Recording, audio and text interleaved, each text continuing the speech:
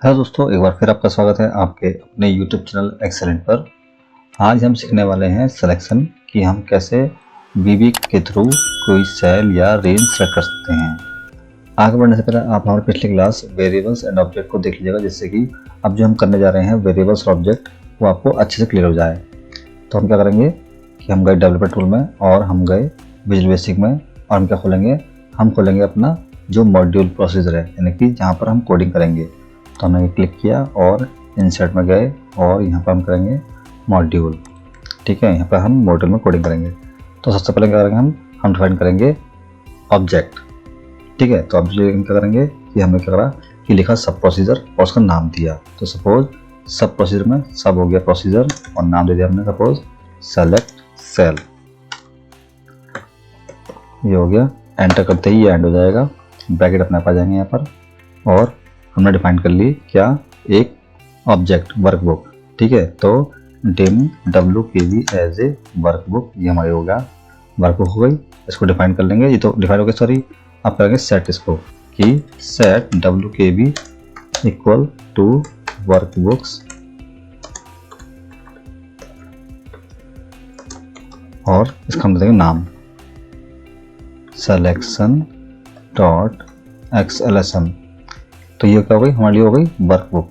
ठीक है, ये WK वर्क हो गई। अब करेंगे हम डिफाइन करेंगे सीट, दूसरा variable dim SH as a worksheets और उसके बाद सेट करेंगे SH बराबर set SH equals to workbook, क्योंकि ये इस वाली वर्कबुक के अंदर है ना, जो कि हम डिफाइन कर चुके हैं। तो वर्कबुक डॉट सीट्स और कौन सी सीट, ये वाली डेमो वाली। तो ये हो गया डेमो। ठीक है, ये हो गया। अब हमें सेल सेलेक्ट करना है। सेल सेलेक्ट करने के लिए दो तरीके होते हैं। एक होता है कि SH डॉट सेल्स, ठीक है, यानी कि ये जो सीट है, हमने सीट डिफाइन करी है, ये सीट और उसके सेल्स। ठीक है, तो सेल्स में कहता है कि रोज डॉट काउंट, मतलब रोज कॉमा होते हैं, कॉलम्स होता है। अगर आप लिखेंगे आप देख आएगा ना, रोज का इंडेक्स और कॉलम्स का। तो हमने क्या करा कि जो रो का नंबर है, सपोज करो कि हमको सेलेक्ट करना है ये वाला, कौन सा वाला, दिस वन। ये कौन सा है हमारे पास, C7। तो C7 में क्या है, रो कौन सी है हमारे पास, ये होगी आपकी 7वीं रो हो जाएगी। और कॉलम कौन सा होगा, C 1 2 3, तीसरा कॉलम हो जाएगा ये। तो 7वीं रो और तीसरा कॉलम, ब्रैकेट बंद डॉट सेलेक्ट। अब देखिए ऐसा रन करेंगे आप, ये अब देखिए सेलेक्ट कर लिया। आप कहीं भी खड़े होंगे, देखिए सपोज मैंने सेलेक्ट कर रखा है पूरा, अब जैसे मैं रन करूंगा तो वहां पहुंच जाएगा ये देखिए। तो इस तरह से आप सेलेक्ट कर सकते हैं। दूसरा होता है क्या, इससे हमने कॉपी कर लिया, कॉपी नहीं, मैं एक नया कोड ही तय करता हूं, मैं इसको पूरे कॉपी करता हूं मैं।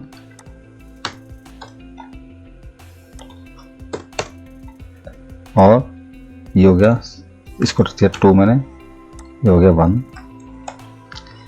दूसरा में क्या होगा कि हम लिखेंगे SH डॉट रेंज। ठीक है, और ब्रैकेट में लेंगे, जैसे यही है। ठीक है, क्या है ये, C7। इस बार क्या करेंगे हम लिखेंगे C7।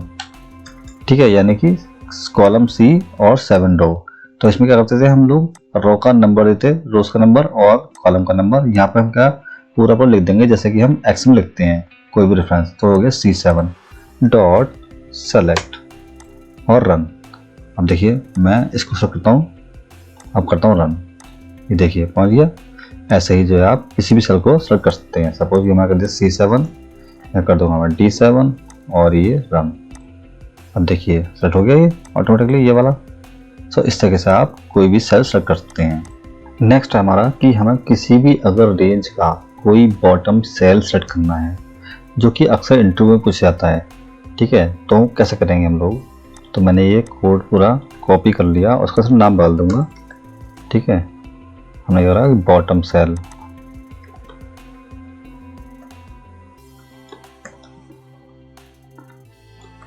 Of range. सपोज करो ये रेंज है, मुझे किसी भी कॉलम का जो है ये बॉटम सेल सेट करना है, सपोज D का C का जिसको चाहता हूँ मैं उसका। तो उसके क्या होगा, ये सब कुछ सेम रहेगा, ठीक है, वर्क वही रहेगी, सीट वही रहेगी, ठीक है। हम लिखेंगे कोड किसके लिए, लास्ट सेल को सेलेक्ट करने के लिए। तो sheet sh dot cells bracket start और रोज डॉट काउंट, ठीक है, किस कॉलम के, ए के। सपोज कि हमें सपोज करो कि ये जो कॉलम है इसका लास्ट वाला सेलेक्ट करना है, तो बताना पड़ेगा ना हमको कि किस कॉलम का लास्ट सेल। तो बताइए हमने इस कॉलम का, और ये क्या करेगा यहाँ पर आपके पूरे जो कॉलम्स जो रोज है ना उनको गिन लेगा। Rows dot count dot end x l up dot rows dot select. अब ये सिंटेक्स जो है आपको तभी याद रहेंगे जब आप डेली प्रैक्टिस करोगे या फिर ज़्यादा से ज़्यादा प्रैक्टिस करोगे तभी आपको याद रहेंगे। तो इसलिए ज़्यादा से ज़्यादा आप खुद से लिखने की प्रैक्टिस करें आप। अब देखिए ये हो गया, अब मैं करा इसको करूँगा सर रन, ठीक है, या फिर F5। अब देखिए लास्ट वाला जो है सेल सेलेक्ट हो गया, ठीक है। तो अब मैं यहाँ पर अगर कॉलम चेंज करता हूँ, सपोज करो मैंने करा C है तो मुझे C का करना है, तो मैं क्या करूँगा, मैं कर लूँगा एक जगह C, यहाँ कर दिया C और देखिए रन, ये देखिए आ गया। सो इस तरीके से जो है मैं इस रेंज का किसी भी कॉलम का लास्ट सेल सेलेक्ट कर सकता हूँ मैं। नेक्स्ट सेम है कि इसी की जो सीट है इसका बॉटम, ठीक है, सीट का, तो मैं इसे कॉपी कर लूँगा, यहाँ पे बॉटम सेल ऑफ सीट करता हूँ मैं, रेंज जगह सीट। तो सब कुछ वही रहेगा, ठीक है, बस क्या होगा कि यहाँ पर एक्सेल की जगह हो जाएगा एक्सेल डाउन, बस। तो ये सी कॉलम है, ठीक है, और मैंने कर दिया रन। अब देखिए सी का बॉटम हो गया पूरी सीट का। अब कोई सा भी सपोज मैं दे दिया यहाँ पे ए, ठीक है, तो ये ए हो गया। अब रन, अब देखिए ये हो गया सीट का ए कॉलम का लास्ट। सो इस तरीके से आप किसी भी रेंज का लास्ट और सीट का लास्ट सेल सेलेक्ट कर सकते हैं। नेक्स्ट है लेफ्ट वाला, मैं इसको फिर कॉपी कर रहा हूं मैं और पेस्ट। नेक्स्ट है आपका last cell of column, column range. So जैसे ये रेंज है इसमें से मुझे कोई भी ये वाला सर्च करना है, ये वाला या फिर ये वाला, ये वाला, तो किस रो का लास्ट कॉलम, ठीक है, कॉलम सेल जो है सेलेक्ट करना है, किस रो का जो है लास्ट वाला जो सेल है कॉलम का, कॉलम जो है लास्ट वाला कॉलम कैसे सेलेक्ट करेंगे। तो उसके क्या होगा कि हम सब कुछ वैसे रहेगा, यहाँ पर थोड़ा चेंज होगा, यहाँ पे ब्रैकेट, ये हो क्या होगा, हम देंगे यहाँ पर रो नंबर कि सपोज हमें करना है 10 का, 10वें का, कि इस रेंज में ये जो रो है इसके लास्ट में जो सेल है, ठीक है, यानी कि इस कॉलम में जो सेल है ये सब करना है हमको। तो मैंने दे दिया क्या 10वीं रो और कॉलम्स डॉट काउंट ब्रैकेट बंद एंड एक्सेल टू लेफ्ट करेंगे यहाँ पर हम, bracket start columns dot select, ठीक है, ये हो गया। अब देखिए जैसे करूँगा मैं रन, तो क्या हुआ, देखिए यहाँ आ गया। मैं कहा था सपोज करो मैंने पूरी रेंज रख कर रखी है और जैसे करूँगा मैं रन, अब देखिए ये इस तरह से आ गया, ठीक है। तो इस तरह से आप कोई भी लास्ट कॉलम सेलेक्ट कर सकते हैं, बस आपको क्या करना है, यहाँ पे रो चेंज करनी पड़ेगी, ठीक है। नेक्स्ट है हमारा कि इसी सीट का पूरा जो है लास्ट कॉलम ये वाला, ये कैसे रख किया जाएगा। तो सेम सब कुछ वैसे ही रहेगा, मैंने कॉपी कर लिया इस कोड को और पेस्ट कर लिया, ठीक है। लास्ट सेल मैं कॉलम सीट कर रहा हूँ उसको मैं, last cell of column sheet. तो यहाँ पे क्या होगा, एक्सेल टू लेफ्ट की जगह सिर्फ एक्सेल टू राइट हो जाएगा, ठीक है। तो अभी मैं क्या है 10वीं रो है और मैं करूँगा रन, देखिए अब क्या हुआ, इसने यहाँ सेलेक्ट कर दिया, ठीक है। सो इस तरह से आप जो है किसी भी सीट का लास्ट कॉलम सेलेक्ट कर सकते हैं, बशर्ते आपको यहाँ पे सिर्फ देनी पड़ेगी रो की कौन सी रो है, ठीक है। ये हो गया। अब चलते हैं रेंज की, रेंज क्या डिफाइन करते हैं हम लोग। तो मैंने इसको कॉपी कर लिया, ये हो गया पेस्ट, और मैं इसको हटा देता हूँ। तो जैसे कि सपोज करो मुझे रेंज करनी है, कौन सी, यहाँ से लेके यहाँ तक, ठीक है। तो कहाँ से, ये A1 से लेके और A17 तक। तो sh dot range back start double quote में आपका A1 double colon A17 dot select. अब देखिए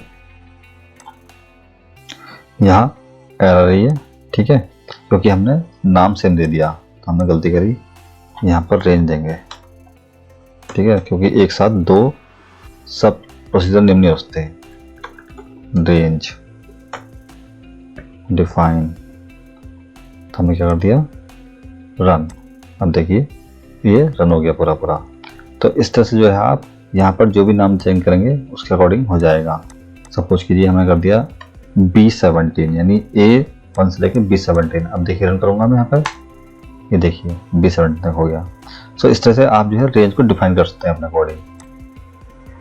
अब देखिए अब बात आती है कि सपोज कीजिए अभी तो ये B17 है, कल को अगर मेरा डेटा बढ़ता है, कि मैंने सपोज कॉपी करके और यहाँ पर पेस्ट कर लिया, ठीक है, ठीक है। अब मैं चाह रहा हूँ कि मुझे जो है बार बार चेंज ना करना पड़े। ये B17 है तो ऑटोमेटिकली जो है कल को B25 तक डेटा कॉपी हो जाए। तो वो कैसे करेंगे, ठीक है। उसके लिए क्या होगा कि हम क्या करेंगे, जो B17 है इसको कर देंगे हम डायनामिक। कैसे, जो हमने ऊपर सीखा था कि कैसे जो है बॉटम सेल सेलेक्ट करते हैं, तो वही क्लॉज हम लगा देंगे कहाँ पर, यहाँ पर। तो उसके लिए क्या करते हैं हम, देखिए मैं से लिखने या कोड लिखता हूँ, मैं यहाँ करता हूँ डिफाइन टू करता हूँ मैं, या फिर सब बोलते हैं अपेंड, डेटा अपेंड करेंगे ना। तो इसमें क्या होगा, जैसे कि आपने लिखा B17, तो इस बार क्या करेंगे हम लोग कि B17 में इसको हम हटा देंगे यहाँ से, ठीक है, हटा दिया हमने। अब ये जो B17 था हमारा, ये B17 ना, इसको करेंगे हम ऑटोमेटिक, यानी कि डायनामिक करेंगे। हम लगा देंगे एंड जो ऊपर में कोड लिखा था sh dot cells rows dot count comma कौन सा, B column, B dot end xl up dot row rows dot select, इसका ब्रैकेट बंद, डॉट सेलेक्ट। अब देखिए क्या होगा, जो B17 था हमारा ऊपर ना, इसको मैं कर दिया डायनामिक। कैसे, जो हमने ऊपर कोड लिखा था ना, कौन सा वाला, ये वाला, ये जो कोड था ना एक्सलब, ये हमने यूज़ किया है लास्ट कॉलम को सेलेक्ट करने के लिए। अब देखिएगा हमने लिखा ये और F5, देखिए एरर आए, यहाँ पर कहीं गड़बड़ है, यहाँ पर आएगा आपका ये रोज होगा। हमने यहाँ पर स्टॉप कर दिया इसको, ये है ना रीसेट का, रीसेट करना, रीसेट एंड रन। अब देखिए ठीक है, इसने ऑटोमेटिक सेलेक्ट कर लिया। अब देखिए मैं क्या करूँगा, रेंज बढ़ाऊंगा, मैंने कॉपी करा इसको और नीचे पेस्ट कर लिया, ठीक है। अब देखना मैंने किया रन, अब देखिए इसने ऑटोमेटिकली सेलेक्ट कर लिया। आप और भी पेस्ट कर सकते हैं, ये ऑटोमेटिकली पेस्ट करता रहेगा। अभी देखिए मैंने किया रन, अब देखिए। सो इस तरीके से जो है आप डायनामिक कर सकते हैं अपनी रेंज को। तो ये आपके बहुत काम आने वाला है, इसको आप अच्छे से समझ लीजिएगा। ये हो गया, तो आपका सेम होगा, आपका रोज के लिए सेम होगा आपका कॉलम के लिए। तो आपका ये हो गया। नेक्स्ट हमारे पास एक तरीका और है जहाँ पर हम एक रीजन सेलेक्ट कर सकते हैं पूरा पूरा। फॉर एग्जांपल कि मैंने इसको पूरे को कॉपी कर लिया, पेस्ट रेंज सिलेक्शन रीजन। तो इस केस में क्या होगा कि मैंने अगर कोई भी सेल सेलेक्ट कर लिया, सपोज करो मैंने कर लिया sh डॉट रेंज, ये हो गया A1।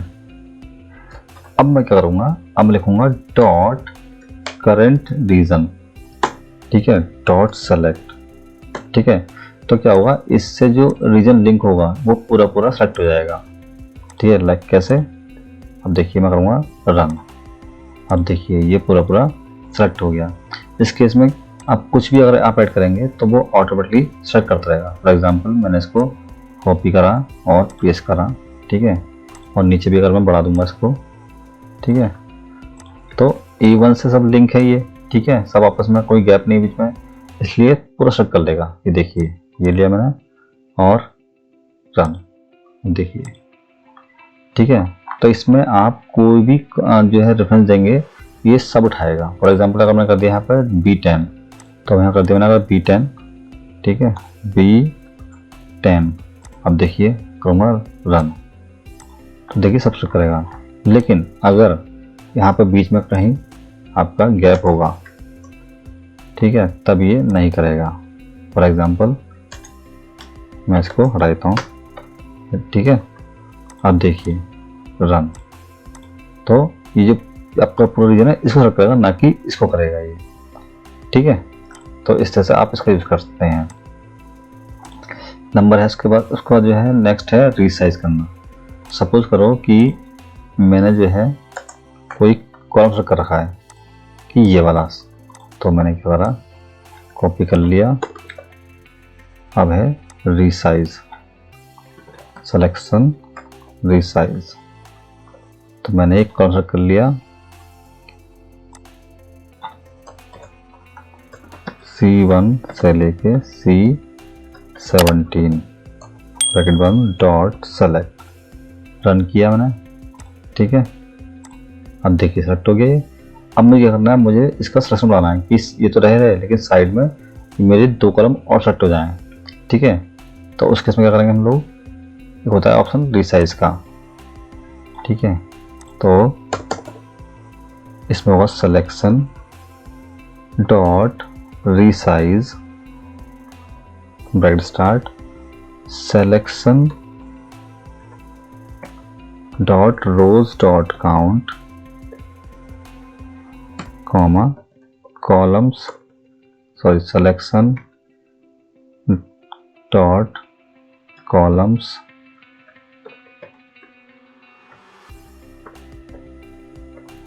Dot count dot select, ठीक है। अब क्या हुआ कि हम बताएं यहाँ पर कि इनमें जो सिलेक्शन है उसकी रोज डॉट काउंट में कोई हमें चेंज करना है, तो अगर हमने कहा कि इसमें तो हमें कुछ नहीं करना, ये ऐसे रहेगा, ठीक है, ये +0, इसमें कोई चेंज नहीं होगा। लेकिन हमने कहा कि प्लस इसमें 2 कॉलम सेलेक्ट कर दो, कि एक तो ऑलरेडी है, 2 और कर दो, तो कितने हो जाएंगे हमारे पास, 1 2 3 हो जाएंगे। तब देखिए यहाँ पर ये हमने करा रन, अब देखिए 3 होगा, नहीं होगा। और अगर हम चाहते हैं कि नीचे की 2 या 3, ये 3 रो भी सेलेक्ट हो जाए, ठीक है, तो क्या करेंगे, हम नीचे के सेक्शन बढ़ा देंगे, किसका, रोज काउंट में भी, ठीक है। तो हमने कॉलम बढ़ा दिया हमने, ठीक है, ये कॉलम हो गए 2, यहाँ पर हम कर सकते हैं 2 कर देंगे नीचे को हम रोज, A 0 कर देंगे 2। अब देखिए रन, अब देखिए सेलेक्ट कर लिया इसने, तो हमने 2 एक्स्ट्रा कर लिए। अगर हमें ये तीनों करनी है, 1 2 3, तो हम 3 कर सकते हैं यहाँ पर हम, लाइक दिस रन। अब देखिए ये इसने ये भी सेलेक्ट कर लिया। सो इस तरह से जो है हम रिसाइज करके अपनी रेंज को बढ़ा सकते हैं। नेक्स्ट है हमारा कि एक्टिव वर्कबुक और एक्टिव सीट। मतलब ये कभी होता है जब हमारे पास 2 वर्कबुक खुली होती हैं, तब उसमें से कौन सी वर्कबुक एक्टिव करनी है और या फिर मल्टीपल सीट में से कौन सी सीट्स हमें एक्टिव रखनी है, ठीक है। सपोज करो कि अभी मैं डेमो पर हूँ, कल को मुझे अगर जाना है सीट 2 पे, तो मैं कैसे जाऊँगा, तो वो कब होगा, जब हमारे पास एक और वर्कबुक होगी, तब हमें अच्छे से क्लियर होगा। तो हम क्या करेंगे, एक और वर्कबुक कर लेते हैं। सपोज करो मैंने ये वर्कबुक खोल ली मैंने,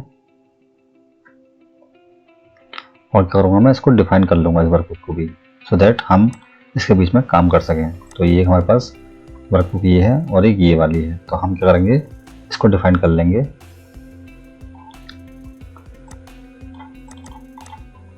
हमने इसको कॉपी कर लिया, तो एक तो हमने ऑलरेडी डिफाइन कर रखी है, तो उसी में करना है, ठीक है। ये हो गया एक्टिव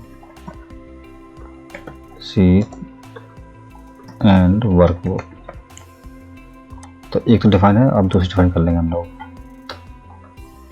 ये हमने इसे कॉपी कर लिया, एक है वर्कबुक और दूसरे में कर लिया वर्कबुक 2।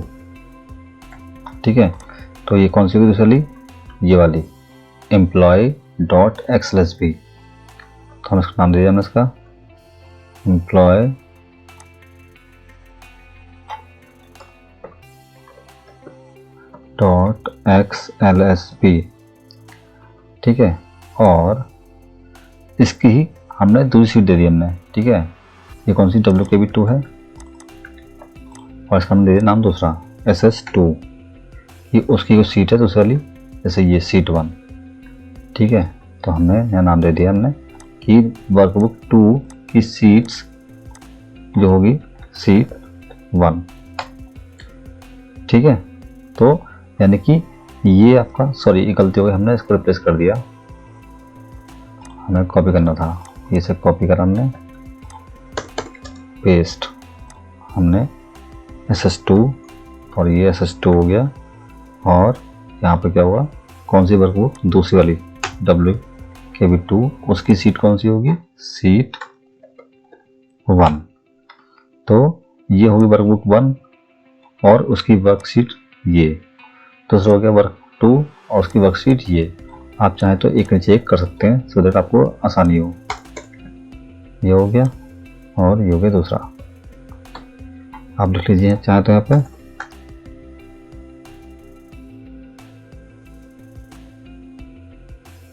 अब अगर दोनों वर्कबुक खुली हुई हैं, सपोज तो इस टाइम मैं कहाँ पर हूँ, वर्कबुक 1 में हूँ। ठीक है, और शीट कौन सी, डेमो।